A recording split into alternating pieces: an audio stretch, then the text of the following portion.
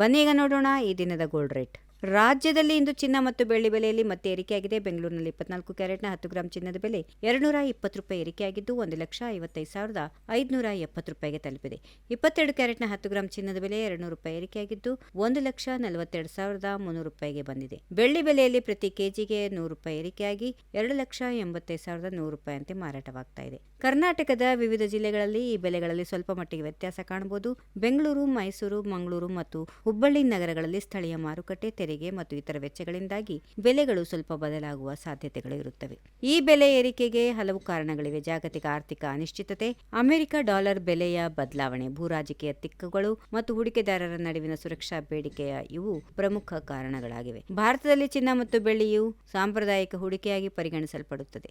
ಮದುವೆ, ಹಬ್ಬ ಹರಿದಿನಗಳು ಮತ್ತು ಆಭರಣಗಳ ನಿರ್ಮಾಣಕ್ಕೆ ಇವುಗಳ ನಿರಂತರ ಬೇಡಿಕೆಯು ಬೆಲೆಗಳ ಮೇಲೆ ಪ್ರಭಾವ ಬೀರುತ್ತವೆ.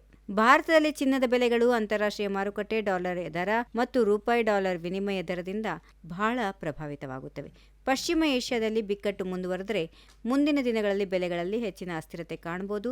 ಆದ್ದರಿಂದ ಹೂಡಿಕೆ ಮಾಡುವವರು ತುರ್ತು ಲಾಭಕ್ಕಾಗಿ ಅಲ್ಲದೆ ದೀರ್ಘಕಾಲೀನ ದೃಷ್ಟಿಕೋನದಿಂದಾಗಿ ನಿರ್ಧಾರ ತೆಗೆದುಕೊಳ್ಳುವುದು ಸೂಕ್ತವಾಗಿದೆ. ಈ ವಿಡಿಯೋ ನಿಮಗೆ ಇಷ್ಟವಾದಲ್ಲಿ ಲೈಕ್ ಮಾಡಿ, ಶೇರ್ ಮಾಡಿ, ಸಬ್ಸ್ಕ್ರೈಬ್ ಮಾಡಿ.